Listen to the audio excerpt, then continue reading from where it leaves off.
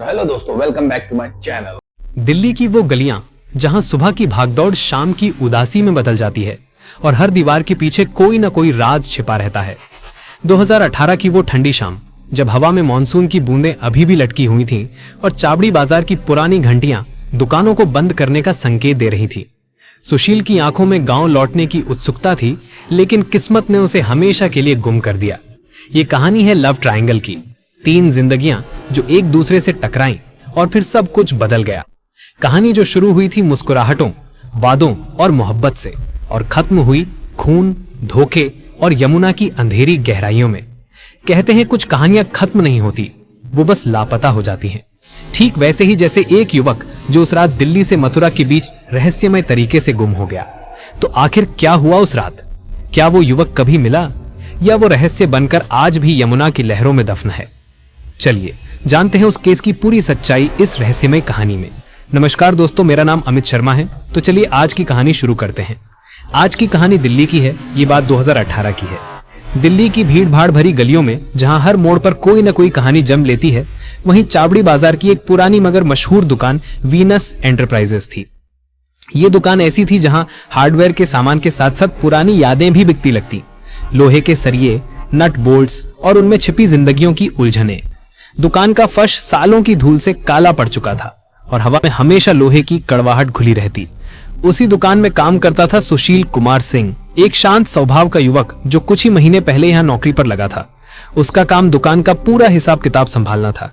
मालिक पवन उस पर भरोसा करने लगा था क्योंकि सुशील ईमानदारी और सादगी से काम करता था। सुशील की आंखें हमेशा नीची रहती, लेकिन उसके हाथों में कलम की स्पीड ऐसी थी कि आंकड़े उसके लिए कविता की तरह बहते। वो अक्सर शाम को अकेले बैठकर खातों को निपटाता है, जैसे अपनी जिंदगी के हिसाब किताब को भी संभाल रहा हो। 11 अगस्त 2018 की शाम थी। दुकान बंद करने का वक्त करीब आ गया था जब सुशील ने पवन से कहा, सर मैं अपने गांव जा रहा हूं, 2 दिन में लौट आऊंगा। पवन ने सहज भाव से कहा, ठीक है, पर परसों तक जरूर आ जाना। सुशील मुस्कुराया, सिर हिलाया और चला गया।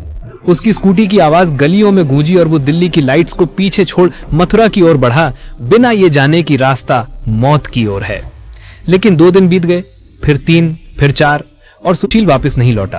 पहले पवन ने सोचा शायद कोई पारिवारिक काम अटक गया होगा, मगर जब 1 हफ्ता बीत गया और न कोई खबर आई, न फोन मिला, तो बेचैनी बढ़ने लगी। उसने कई बार सुशील का मोबाइल मिलाया, पर हर बार वही जवाब, आपका कॉल किया गया नंबर इस समय स्विच ऑफ है।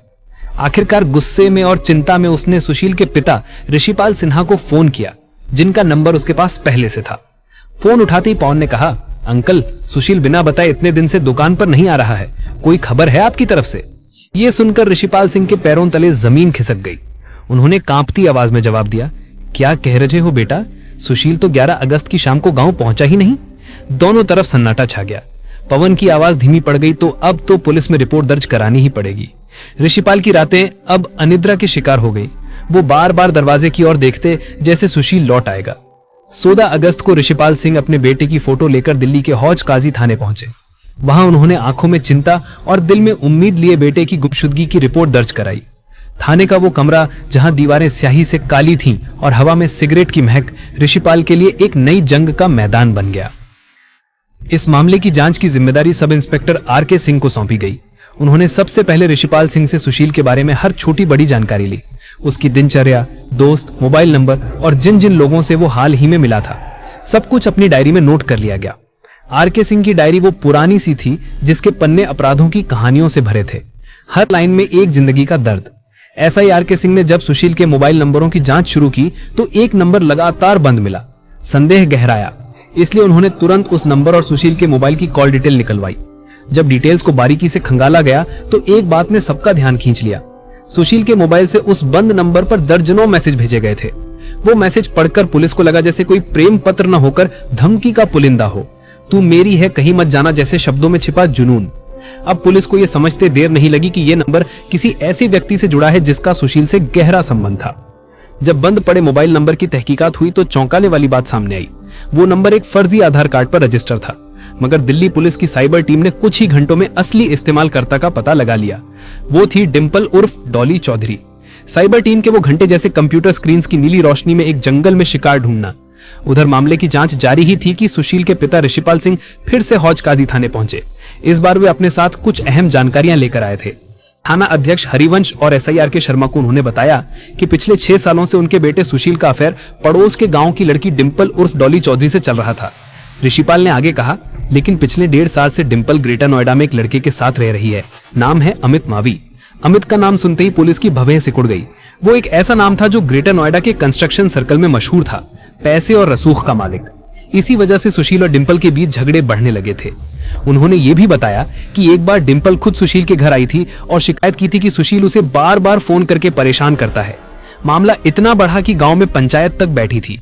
पंचायत ने दोनों के बीच साफ साफ फैसला सुना दिया था, अब आगे किसी भी तरह का संपर्क नहीं रहेगा। पंचायत का वो सत्र गांव के बरगद के नीचे, जहां बुजुर्गों की लाठियां धरती पर ठोकते हुए फैसला सुनाया गया, लेकिन दिलों की आग बुझी नहीं। पुलिस को अब तस्वीर थोड़ी साफ लगने लगी थी। शक की सुई धीरे धीरे डिंपल और अमित मावी की ओर घूमने लगी। क्या ये कोई प्रेम त्रिकोण था? क्या सुशील ने किसी विवाद में जान गंवाई थी? इन सवालों के जवाब पाने के लिए एसआई के शर्मा ने खुद मैदान संभाला। उन्होंने डिंपल के पैतृक गांव पिंजरी नगारी, जो उत्तर प्रदेश के जिला अलीगढ़ में पड़ता है, वहां जाने का फैसला किया। ट्रेन का सफर लंबा था, खेतों की हरियाली से गुजरते हुए, जहां किसान अपनी फसलें संभाल रहे थे, लेकिन शर्मा का मन केस पर अटका था। लंबा सफर तय करने के बाद जब वो गांव पहुंचे तो उन्होंने सीधे डिंपल चौधरी से पूछताछ शुरू की। उसकी आंखों में झांका, सवाल पर सवाल किए और उसके हर जवाब को ध्यान से नोट कर लिया। पूछताछ के दौरान डिंपल चौधरी, जो अब पुलिस के लिए इस केस की सबसे अहम कड़ी बन चुकी थी, एकदम शांत बैठी थी। उसकी शांति ऐसी जैसे कोई तूफान से पहले का सन्नाटा। चेहरा मासूम, लेकिन आंखों में छिपा एक अंधेरा। एसआई के शर्मा ने जब उसे सीधे सवाल किया, क्या तुम वही शख्स हो जो उस फर्जी आधार कार्ड से लिए गए मोबाइल नंबर का इस्तेमाल कर रही थी? डिंपल ने सिर झुकाकर कहा, वह नंबर मेरा ही था। लेकिन जब अगला सवाल आया, सुशील कहाँ है, तो उसका जवाब बिल्कुल सपाट था। मुझे नहीं पता, मैं उससे काफी समय से संपर्क में नहीं हूँ। उसके चेहरे पर कोई शिकन नहीं थी, आवाज में कोई घबराहट नहीं। मगर पुलिस को उसकी बातों में सच्चाई नहीं लगी। पूरा मामला अब तक जितना भी सामने आया था, उसमें डिंपल की भूमिका साफ तौर पर संदिग्ध दिखाई दे रही थी। इसलिए 25 अगस्त को पुलिस ने उसे दिल्ली बुला लिया। फौजकाजी थाने में उससे घंटों तक पूछताछ हुई। कई बार वही सवाल अलग अलग तरीकों से पूछे गए, लेकिन डिंपल हर बार शांत भाव से वही जवाब दोहराती रही। कभी ना तो उसकी आवाज कांपी, ना ही उसके हाव भाव बदले। शाम तक पुलिस को कोई ठोस सुराग नहीं मिला, इसलिए उसे पहली बार में घर जाने की अनुमति दे दी गई। लेकिन जांच वही नहीं रुकी, क्योंकि कई बार अपराधी की सच्चाई पहली नजर में सामने नहीं आती। शर्मा ने सोचा, ये लड़की एक मुखौटा पहने है, सच्चाई तो टूटेगी ही, बस सही चाबी चाहिए। इसी बीच कॉल डिटेल रिपोर्ट्स में कुछ अजीब बातें सामने आई।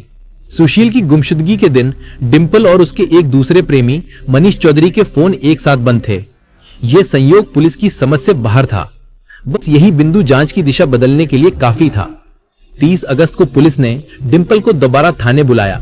इस बार माहौल अलग था। कमरे में सन्नाटा था और सवाल एकदम सीधा रखा गया। एसआई शर्मा ने कहा, डिंपल, उस दिन तुम्हारा और मनीष चौधरी का फोन एक साथ बंद क्यों था? यह सवाल सुनते ही डिंपल का चेहरा उतर गया।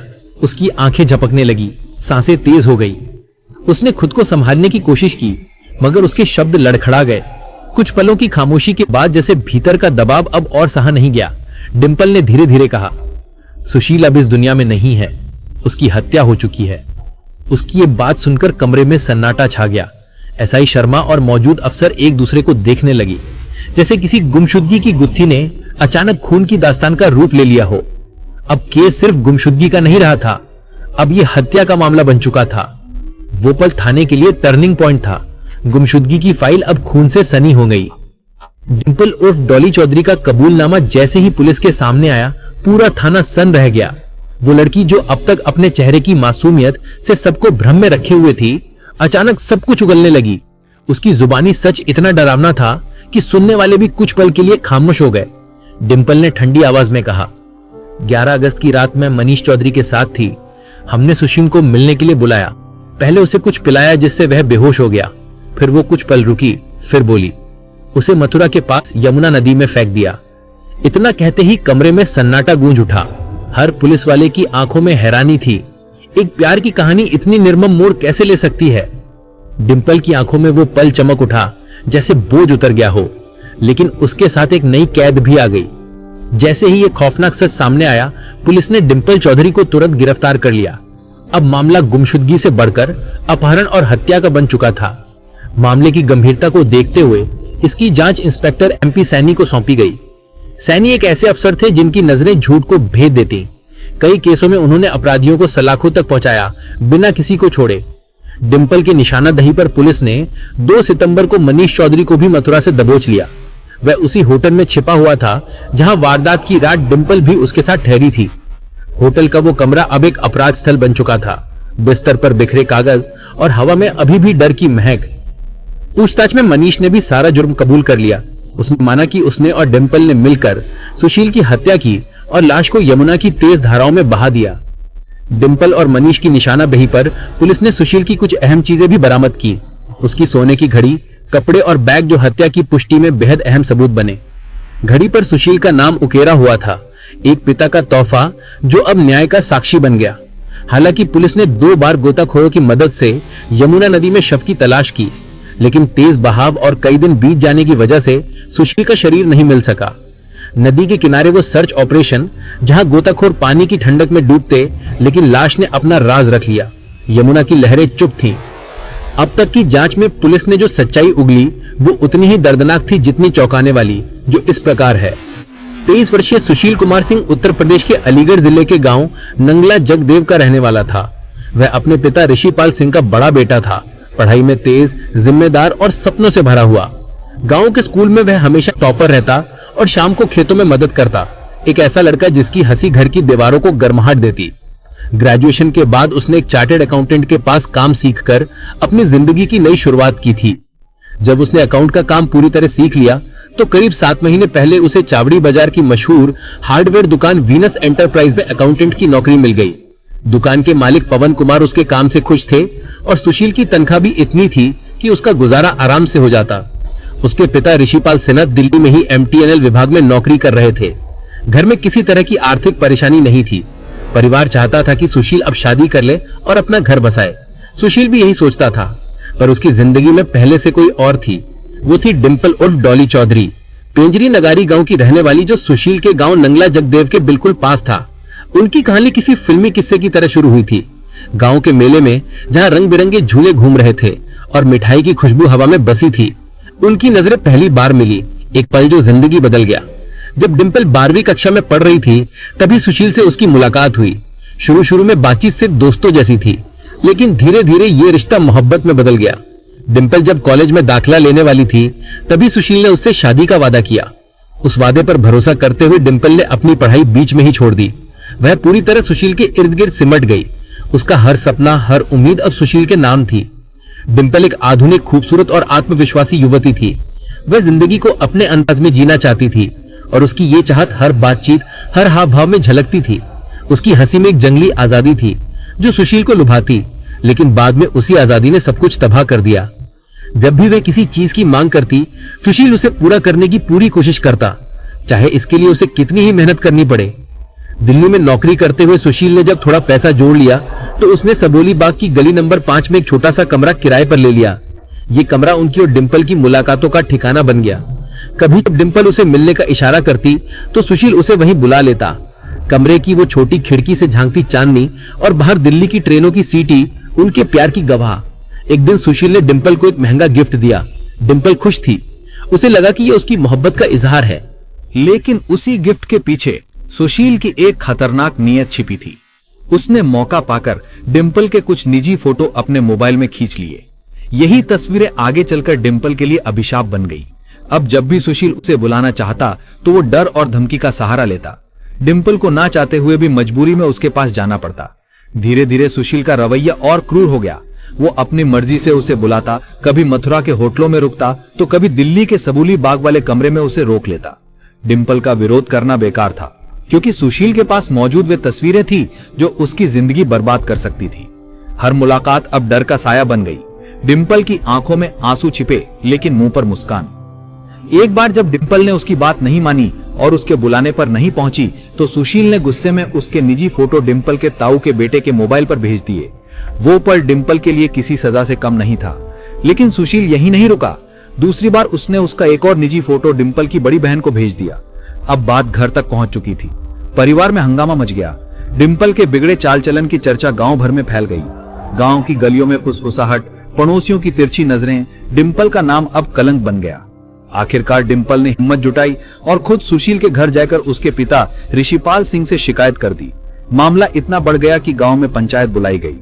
दोनों को बुलाया गया और पंचों ने साफ कहा, अब दोनों एक दूसरे से दूर रहेंगे। सुशील ने पंचायत के सामने सिर झुकाकर हामी भर दी। सबको लगा मामला खत्म हो गया है, लेकिन असल में यह सिर्फ दिखावा था। पंचायत के कुछ दिनों बाद उसने फिर से डिंपल को बुलाना शुरू कर दिया। इस बार डिंपल ने विरोध नहीं किया, क्योंकि अब उसके पास कोई रास्ता नहीं बचा था। वो जानती थी कि अगर उसने मना किया तो सुशील उसकी तस्वीरों के बहाने फिर उसकी जिंदगी उजाड़ देगा।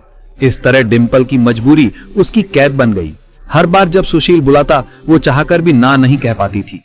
रातें अब डरावने सपनों से भरी। डिंपल बिस्तर पर करवटें बदलती, सुशील की परछाई हर कोने में। करीब 1.5 साल पहले जब सुशील और डिंपल का रिश्ता कड़वाहट और मजबूरी में बदल चुका था, तब डिंपल ने एक दिन सुशील से कहा, मैं अब नौकरी करना चाहती हूँ, अपने पैरों पर खड़ा होना चाहती हूँ। शायद डिंपल को उम्मीद थी कि नौकरी उसके जीवन में थोड़ी आजादी लेकर आएगी। सुशील ने पहले तो मना किया, लेकिन फिर कुछ सोचकर बोला, अगर सच में काम करना चाहती हो तो मैं किसी से बात कर सकता हूँ। उसी वक्त उसने अपनी पुरानी जान पहचान और सबसे करीबी दोस्त बंटी को याद किया, जो ग्रेटर नोएडा में रहता था। बंटी और सुशील के बीच ऐसी गहरी दोस्ती थी कि वे एक दूसरे के हर राज से वाकिफ थे। बंटी वो दोस्त था जो शराब की महफिलों में राज खोलता, लेकिन कभी अपना नहीं। कुछ दिनों बाद सुशील ने डिंपल की मुलाकात बंटी से करा दी। बंटी ने डिंपल को देखा और कहा, काम तो मिल जाएगा, लेकिन पहले मेरे एक दोस्त से मिलना होगा, वही कुछ कर सकता है। ये दोस्त था मोहित मावी, एक प्रभावशाली युवक जिसकी बोलचाल में आत्मविश्वास था और आंखों में रौब। मोहित का चाचा लेबर कॉन्ट्रैक्टर था, जिसके कई प्रोजेक्ट्स ग्रेटर नोएडा में चल रहे थे। प्रोजेक्ट्स के नाम पर ऊंची इमारतें, लेकिन नीचे मजदूरों की मेहनत। मोहित उसी चमक में जीता। जब डिंपल पहली बार मोहित से मिली तो मोहित उसकी खूबसूरती और खुली सोच से तुरंत प्रभावित हो गया। उसी दिन उसने तय कर लिया कि वो उसे अपने ही पास रखेगा। मोहित ने बिना देर किए कहा, तुम मेरे साथ काम कर सकती हो, 10,000 रुपए महीने मिलेंगे। डिंपल ने हामी भर दी। शुरू में वो अपने गांव से रोज ग्रेटर नोएडा के अल्फा सेक्टर में काम पर आती जाती थी, लेकिन कुछ समय बाद मोहित ने उसकी सुविधा का बहाना बनाकर सूरजपुर में उसके लिए एक कमरा किराए पर दिला दिया। यहीं से उनकी नजदीकियां बढ़ने लगी। मोहित अक्सर उसके कमरे पर आता, बातें करता और धीरे धीरे अपने मन की बात जाहिर कर दी। डिंपल पहले से ही समझ चुकी थी कि मोहित क्या चाहता है, लेकिन जब उसने खुलकर कहा कि वो उससे प्यार करता है, तो डिंपल ने बिना झिझक के उसकी बात मान ली। शायद इसलिए कि अब उसे सुशील से छुटकारा पाने का रास्ता दिखने लगा था। इसके बाद मोहित कभी कभी रात में भी डिंपल के कमरे पर रुकने लगा। डिंपल उसे खुश रखती और बदले में मोहित उसे महंगी शॉपिंग कराता, जेब खर्च देता और हर तरह से उसकी जरूरतें पूरी करता। शॉपिंग मॉल्स की चमक जहां डिंपल नए कपड़ों में खुद को भूल जाती, लेकिन अंदर का घाव अभी भी कुरेदता। डिंपल की जिंदगी अब आराम और दिखावे की चकाचौंध में डूब चुकी थी। उसे लगता था कि अब उसका अतीत पीछे छूट गया है, लेकिन सुशील की परछाई अभी भी उसका पीछा कर रही थी। धीरे धीरे डिंपल ने सुशील से दूरी बनानी शुरू कर दी। अब जब भी सुशील उसे बुलाता, वो कोई न कोई बहाना बना देती। कहते हैं कई बार किसी कहानी में असली खलनायक वो नहीं होता जो अपराध करता है, बल्कि वो होता है जो चुपचाप आग में घी डालता रहता है। सुशील, डिंपल और मोहित की जिंदगी में ऐसा ही एक नाम था, बंटी। बंटी दोनों का दोस्त था। सुशील के साथ उसका पुराना रिश्ता था और मोहित के साथ वो अक्सर व्यापारिक बातों में मिलता जुलता रहता। लेकिन असल में बंटी की आदत थी कि वो बातों में मसाला लगाकर लोगों के बीच गलतफहमी फैलाने का मजा लेता था। बंटी की वो चालाक हंसी, जो फोन पर झूठे राज फुसफुसाती, जैसे जहर की बूंदें टपकाती। उसे दूसरों की जिंदगियों में झांकना और फिर वहीं से आग भड़काना पसंद था। वो एक तरफ मोहित से कहता, डिंपल तो अब भी सुशील से बात करती है, वह तुझे सिर्फ इस्तेमाल कर रही है, और दूसरी तरफ सुशील के कान में भर देता, भाई तेरी डिंपल अब किसी और की हो चुकी है, मोहित मावी नाम का लड़का है उसके साथ, दिन रात घूमते हैं दोनों। ऐसी बातें सुनकर सुशील का दिल मानो जलने लगा। उसे यकीन ही नहीं हुआ कि डिंपल, जिससे उसने कभी शादी का वादा किया था, अब किसी और के साथ है। वो बेचैन हो गया, रातों को जागने लगा, हर कॉल, हर संदेश पर शक करने लगा। एक दिन उसने खुद डिंपल से कहा, मुझे सब पता चल गया है, अब उस मोहित से दूर रहो। डिंपल ने उसे समझाने की कोशिश की कि अब वो अपनी नौकरी नहीं छोड़ सकती, पर सुशील का गुस्सा अब काबू से बाहर था। उसने धमकी दी, अगर तुमने मोहित से रिश्ता तोड़ा तो मैं तुम्हें बदनाम कर दूंगा, तुम्हारी तस्वीरें सबको भेज दूंगा। धमकी के शब्द फोन पर गूंजे जैसे चाकू की धार। डिंपल का चेहरा सफेद पड़ गया। डिंपल के लिए यह धमकी किसी काले साए की तरह थी। वो अंदर से टूटने लगी, तनाव बढ़ने लगा, नींद गायब हो गई। रातों को वो तकिए पर मुंह छुपाकर रोती और आखिरकार नींद की गोलियों का सहारा लेने लगी। गोलियां जो पहले दवा की, अब मौत का प्लान बन रही थीं। डिंपल की उंगलियां कांपती हर बार शीशी खोलते। उधर मोहित की जिंदगी भी अब उलझने लगी थी।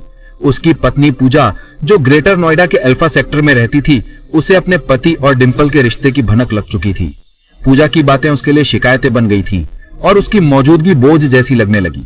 धीरे धीरे पूजा की दुनिया उजड़ गई। पति की बेरुखी, तानों और उदासियों के बीच उसने जिंदगी से हार मान ली। करीब 2 महीने पहले उसने खुद को खत्म कर लिया। यह खबर बाहर नहीं फैली। मोहित के परिवार वाले दबंग और प्रभावशाली थे। उन्होंने पुलिस तक को भनक नहीं लगने दी। घर में पूजा की मौत को दुर्घटना बताकर मामला दबा दिया गया। पूजा की आखिरी रात कमरे में अकेली, आंसुओं से भीगा तकिया, एक औरत की चुप्पी जो चीख बन गई। मोहित मावी की पत्नी पूजा की मौत के बाद हालात और भी पेचीदा हो गए थे। मोहित को डर सताने लगा था कहीं पूजा के परिवार वाले बदला लेने उसके पास न पहुंच जाए। वह जानता था कि पूजा के भाई दबंग किस्म के लोग हैं और अगर उन्हें उसके और डिंपल के रिश्ते की सच्चाई पता चल गई तो बात जानलेवा साबित हो सकती थी। इसी डर से मोहित ने ग्रेटर नोएडा छोड़ दिया और बेंगलुरु भाग गया। पर वहां पहुंचने के बाद भी उसका डिंपल से संपर्क नहीं टूटा। वो हर रोज फोन पर उससे बात करता, उसे दिलासा देता और कभी कभी अपने लौटने के वादे करता। बेंगलुरु की चमचमाती सड़कों पर मोहित घूमता, लेकिन फोन पर डिंपल की आवाज उसे वापस खींचती। इधर दिल्ली और मथुरा के बीच डिंपल की जिंदगी 2 हिस्सों में बंट चुकी थी। एक तरफ बीते रिश्तों का डर था और दूसरी तरफ नए रिश्तों का बोझ। उसी दौरान सुशील ने उसे फोन किया। सुशील ने फोन पर ठंडी मगर कठोर आवाज में कहा, अब बहुत हो गया डिंपल, इस बार मथुरा में मिलना जरूरी है। अब मोहित मावी के बारे में आखिरी फैसला लिया जाएगा। उसकी ये बात सुनकर डिंपल का दिल धक से रह गया। वो पहले से ही तनाव और डर में जी रही थी। अब सुशील की धमकी ने उसके भीतर की सारी स्थिरता तोड़ दी। रात भर वो चैन से नहीं सो पाई। खिड़की से बाहर तारों को देखती, लेकिन आंखों में सिर्फ अंधेरा, एक फैसला जो रात को काट रहा था। इसी बीच डिंपल की जिंदगी में एक और व्यक्ति शामिल था, मनीष चौधरी, जो मथुरा के गांव बछराव का रहने वाला था। उसकी पहचान डिंपल के परिवार से तब हुई जब वो उसके पिता पुनीत चौधरी से जमीन से जुड़ी सलाह लेने आया था। उसी दौरान मनीष में पुनीत को 1.5 लाख रुपए उधार दिए थे, जो अब तक लौटाए नहीं गए थे। यही लेन देन धीरे धीरे एक नजदीकी में बदल गया। एक दिन मनीष की नजर पहली बार डिंपल पर पड़ी और वो उसे देखते ही दिल हार बैठा। गांव के कुएं पर सूरज की किरणों में चमकती डिंपल, मनीष का दिल ठहर गया, जैसे किस्मत ने नया मोड़ दिया। उसने बिना झिझक पुनीत चौधरी के सामने अपनी मंशा रख दी, मैं डिंपल से शादी करना चाहता हूँ। मनीष आर्थिक रूप से मजबूत था और पुनीत को लगा कि ये रिश्ता डिंपल के भविष्य के लिए ठीक रहेगा। वो राजी हो गया। लेकिन तभी दूसरी तरफ सुशील ने फिर से डिंपल को ब्लैकमेल करना शुरू कर दिया। वो उसे डराने धमकाने लगा। कभी पुराने फोटो दिखाने की बात करता, कभी कहता अगर नहीं मानी तो सबको दिखा दूंगा। अब डिंपल के सब्र का बांध टूट चुका था। उसने बाहर से शांत रहकर सुशील की बात मान ली और कहा, ठीक है, मैं 11 अगस्त को मथुरा आ जाऊंगी। लेकिन अंदर ही अंदर उसने एक भयानक फैसला ले लिया था। अब सुशील को हमेशा के लिए रास्ते से हटाना है। उसने ये बात अपने नए प्रेमी मनीष चौधरी से साझा की। मनीष ने कुछ देर सोचा, फिर ठंडी आवाज में बोला, अगर तुम्हें सुकून तभी मिलेगा तो मैं तुम्हारे साथ हूँ। मनीष की आंखों में वो ठंडक जो प्यार से ज्यादा बदले की आग लगी। उन्होंने एक ऐसी योजना बनाई थी जो बाहर से देखने पर एक हादसे जैसी लगे, लेकिन असल में वो एक सोची समझी साजिश थी। मनीष ने पूरी तैयारी कर ली थी। वो 10 अगस्त 2018 की दोपहर मथुरा पहुंच गया और गोपी होटल में एक कमरा लेकर रुक गया। होटल की लॉबी में चेक इन करते हुए मनीष का दिल धड़क रहा था। ये पहली बार था जब प्यार हत्या का रंग ले रहा। डिंपल भी उसी दिन से मानसिक रूप से तैयार थी। चेहरे पर वही मासूम मुस्कान, लेकिन दिल में तूफान। 11 अगस्त की रात करीब 10 बजे दोनों होटल से बाहर निकले। रात का अंधेरा उनके इरादों को छिपाने का सबसे अच्छा पर्दा था। मथुरा की गलियां सोई हुई, सिर्फ स्ट्रीट लाइट्स की पीली रोशनी में छायाएं नाच रही। डिंपल ने अपने मोबाइल से सुशील को फोन किया। आवाज में बनावटी मिठास घोलते हुए बोली, मैं मथुरा आ गई हूँ, तुमसे मिलना है। कहीं होटल में कमरा ले लो, वहीं आ जाती हूँ। ये सुनकर सुशील जैसे खुशियों से भर गया। उसे लगा कि डिंपल ने फिर से उसके प्यार को स्वीकार कर लिया है। उसने तुरंत वरुण रेजिडेंसी होटल में अपनी आईडी लगाकर एक कमरा बुक किया और डिंपल को वहां का पता भेज दिया। कुछ ही देर में डिंपल होटल पहुंच गई। जब सुशील ने दरवाजा खोला और उसे सामने देखा तो उसकी आंखों में चमक आ गई, वही चमक जो किसी अधूरे प्यार के दोबारा मिलने पर होती है। वो मुस्कुराया और बोला, मुझे पता था तुम आओगी। डिंपल ने मुस्कुराने की कोशिश की, लेकिन उसकी आंखों में कोई भाव नहीं थे, बस एक सन्नाटा था, एक खामोश तैयारी। दोनों कमरे में दाखिल हुए। अंदर पहुंचते ही सुशील ने होटल स्टाफ को फोन किया, भाई एक स्प्राइट और बिरयानी की 2 प्लेटें भेज दो। थोड़ी ही देर में वेटर ने ऑर्डर पहुंचा दिया। जैसे ही वेटर बाहर निकला और सुशील नहाने गया, शावर की पानी की आवाज कमरे में गूंजी, जैसे आखिरी बार की धुन। डिंपल ने तुरंत अपने बैग से नींद की गोलियों की शीशी निकाली, वही गोलियां जो उसने स्कूटी की डिक्की में छिपाकर रखी थीं। उसने शीशी खोली और सारी गोलियां सुशील की स्प्राइट की बोतल में डाल दी। कुछ ही सेकंड्स में गोलियां पूरी तरह घुल गई। बोतल देखने में वैसे ही लग रही थी जैसे उसमें सिर्फ ठंडी स्प्राइट हो, ना कि एक मौत का जहर। डिंपल के हाथ कांपे, लेकिन वो रुकी नहीं। ये उसके लिए आजादी का पहला कदम था। थोड़ी देर में सुशील वापस कमरे में आया। उसने हंसते हुए डिंपल को गले लगा लिया। दोनों कुछ देर तक एक दूसरे की बाहों में सिमटे रहे, लेकिन उस गले में अब मोहब्बत नहीं, धोखा छुपा था। डिंपल ने प्यार से खुद को अलग किया और मुस्कुराते हुए सुशील को वही स्प्राइट की बोतल थमा दी। खुद उसने पेप्सी की बोतल उठाई और दिखावे के लिए एक घूंट लिया। सुशील ने बोतल मुंह से लगाई और पूरा पेय खत्म कर दिया। कमरे में हल्की सी हंसी गूंजी। वे पुरानी बातों पर हंसते रहे, यादों का सिलसिला छेड़ा। लेकिन कुछ मिनटों बाद सुशील की हंसी धीरे धीरे थम गई। उसकी आंखें बोझल होने लगी, शब्द लड़खड़ाने लगे। डिंपल, मुझे नींद आ रही है, उसने धीमे से कहा, और फिर सिर पीछे गिर गया। वो बेहोश हो चुका था। सुशील का चेहरा शांत था, जैसे आखिरकार सुकून मिल गया हो, लेकिन यह सुकून मौत का था। डिंपल ने तुरंत अपना फोन उठाया और मनीष को कॉल किया। वो बेहोश हो गया है, अब आ जाओ। कुछ ही मिनटों में मनीष होटल के पीछे वाले रास्ते से अंदर आ गया। दोनों ने मिलकर सुशील को उठाने की कोशिश की, पर उसका शरीर भारी था और वे अकेले नहीं संभाल पा रहे थे। तब डिंपल ने होटल के एक स्टाफ से कहा, भाई की तबीयत बहुत खराब हो गई है, जल्दी है अस्पताल ले जाना है। वेटर ने बिना शक किए मदद कर दी। होटल के बाहर खड़ी स्कूटी पर उन्होंने सुशील को बीच में बिठाया। दोनों तरफ से उन्होंने उसे थाम रखा था ताकि दूर से लगे कि वो होश में है। डिंपल ने स्कूटी स्टार्ट की, पीछे मनीष बैठा और तीनों रात के सन्नाटे में मथुरा के ओल्ड ब्रिज की ओर निकल पड़े। स्कूटी की हेडलाइट अंधेरे को चीरती, लेकिन दिलों में सिर्फ काला अंधेरा। जैसे ही स्कूटी ओल्ड ब्रिज के बीचों बीच पहुंची, डिंपल और मनीष ने एक दूसरे की ओर देखा। उनकी आंखों में कोई डर नहीं था, बस एक ठंडी दृढ़ता थी। अगले ही पल दोनों ने बेहोश पड़े सुशील को बीच से उठाया और यमुना की उफनती धाराओं में धक्का दे दिया। एक झटके में वो लाश पानी में समा गई। लहरों का गरजना, जैसे यमुना ने अपना शिकार ले लिया। एक चीख जो कभी नहीं सुनी गई। सब कुछ ही मिनटों में खत्म हो गया। इसके बाद दोनों होटल वापस आ गए, दरवाजा बंद किया और चुपचाप सो गए, मानो कुछ हुआ ही ना हो। सुबह उठे, अपने अपने गांव की ओर निकल गए। लेकिन अपराध चाहे कितना भी सोच समझकर किया जाए, कानून की नजर से कुछ भी छिपा नहीं रहता। सुबह की पहली किरणें होटल पर पड़ी, लेकिन कमरे में अभी भी रात का साया बाकी था। जांच की बागडोर अब इंस्पेक्टर MP सैनी के हाथ में थी। उन्होंने पूरे केस की परतें खोली। सैनी की टीम ने CCTV फुटेज खंगाले, लोकेशन ट्रैक की, हर कदम पर साजिश के निशान। डिंपल और मनीष को अदालत में पेश किया गया और अलग अलग तारीखों पर दोनों को 2-2 दिन की पुलिस रिमांड पर लिया गया। रिमांड के दौरान पुलिस ने उनसे हर सवाल पूछा, हर झूठ के पीछे छिपा सच उगलवाया। मोबाइल की लोकेशन, होटल की एंट्री और वो जगह जहां से शव फेंका गया था, हर चीज एक एक कर सामने आने लगी। जब पुलिस के पास पर्याप्त सबूत जुड़ गए तो दोनों को दोबारा अदालत में पेश किया गया। वहां से उन्हें न्यायिक हिरासत में भेज दिया गया। हालांकि सुशील कुमार सिंह की लाश अब तक नहीं मिली थी, इसलिए पुलिस की एक टीम अब भी यमुना नदी के किनारों पर खोज जारी रखे हुए थी। मामले की गंभीरता को देखते हुए सेंट्रल दिल्ली के DCP MS रंधावा ने मथुरा के SP से संपर्क कर स्थानीय मदद मांगी ताकि लाश की तलाश को और तेज किया जा सके।